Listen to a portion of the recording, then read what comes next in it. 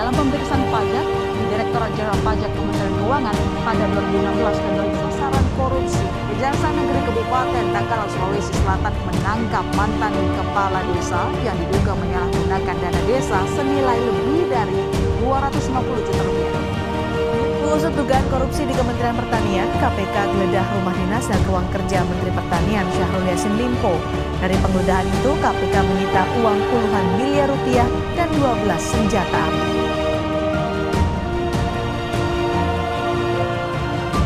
Etimologi. Secara etimologis, korupsi berasal dari bahasa Latin corruptio atau corruptus yang berarti sesuatu yang rusak, busuk, menggoyahkan, memutarbalik, mengoyok. Sehingga bisa disimpulkan bahwa korupsi adalah penyalahgunaan jabatan resmi untuk mendapatkan keuntungan pribadi. Pengertian korupsi secara umum adalah suatu tindakan penyalahgunaan jabatan atau wewenang yang dilakukan oleh seorang pejabat atau wewenang yang dilakukan oleh seorang pejabat demi mendapatkan keuntungan pribadi. Undang-Undang Nomor 31 Tahun 1999. Pengertian korupsi adalah setiap orang yang dikategorikan melawan hukum, melakukan perbuatan memperkaya diri sendiri, orang lain atau korporasi menyalahgunakan kewenangan maupun kesempatan atau sarana yang ada padanya karena jabatan atau kedudukan yang dapat merugikan keuangan negara atau perekonomian negara. Undang-Undang Nomor 20 Tahun 2001. Pengertian korupsi adalah tindakan melawan hukum dengan maksud memperkaya diri sendiri, orang lain, atau korupsi yang berakibat merugikan negara atau perekonomian negara. Unsur-unsur korupsi. Dilihat dari sudut pandang hukum, tindak pidana korupsi secara garis besar memenuhi unsur-unsur seperti: pertama, perbuatan melawan hukum; yang kedua, penyalahgunaan kewenangan, kesempatan, atau sarana; yang ketiga, memperkaya diri sendiri, orang lain, atau korporasi; dan yang terakhir, merugikan keuangan negara dan perekonomian negara. Faktor penyebab korupsi. Terdapat beberapa faktor penyebab korupsi. Di antaranya yaitu yang pertama, faktor internal. Faktor internal merupakan faktor utama penyebab korupsi yang berasal dari dalam diri sendiri, yaitu sifat dan karakter seseorang yang mempengaruhi segala tindakannya. Faktor internal ini dapat dipengaruhi oleh dua sebab, yaitu yang pertama, sifat tamak, yang merupakan sifat dalam diri manusia yang menginginkan sesuatu melebihi kebutuhannya dan selalu merasa kurang. Dan yang kedua, yaitu gaya hidup konsumtif. Gaya hidup konsumtif ini di mana perilaku manusia yang selalu ingin memenuhi kebutuhan yang tidak terlalu penting sehingga tidak bisa menyeimbangkan pendapatan dan pengeluarannya. Misalnya hedonisme. Faktor eksternal.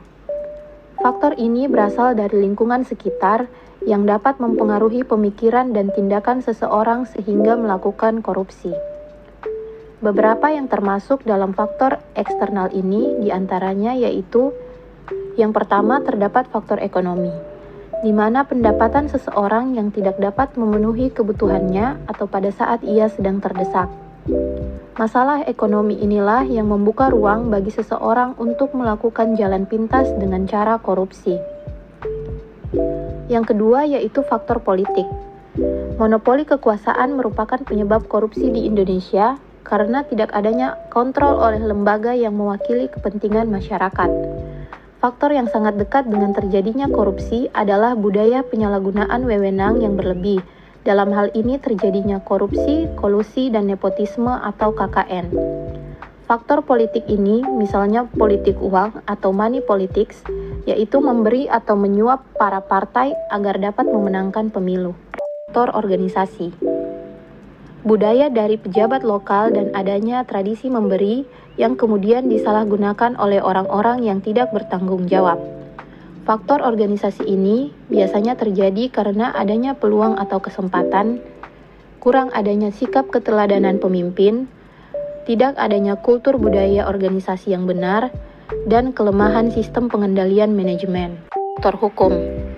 Sistem hukum di Indonesia untuk memberantas korupsi masih sangat lemah.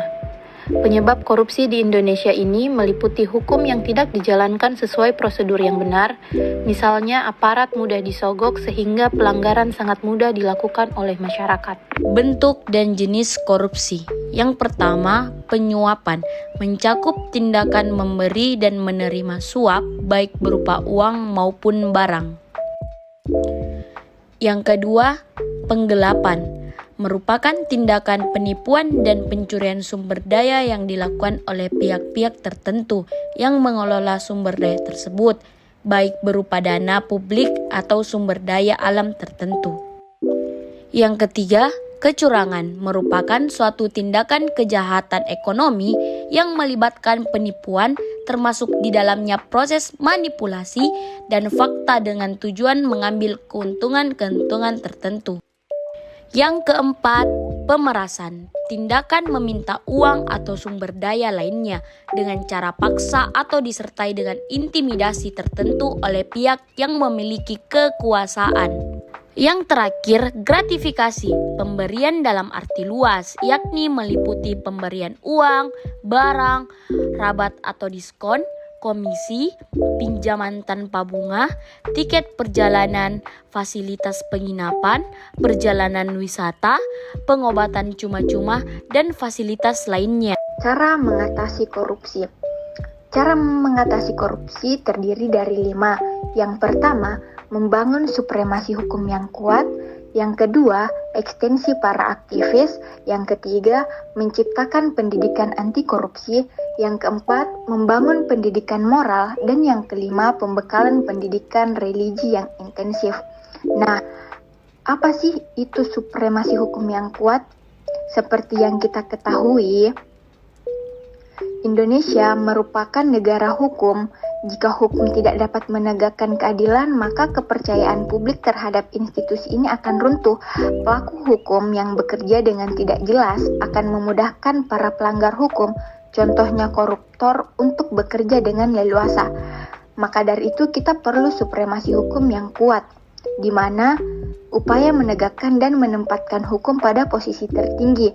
Dengan menempatkan hukum sesuai tempatnya, hukum dapat melindungi seluruh warga masyarakat tanpa adanya intervensi oleh dan dari pihak manapun, termasuk oleh penyelenggara negara.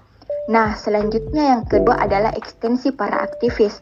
Keberadaan aktivis sangat diperlukan untuk membantu mengatasi tindak korupsi.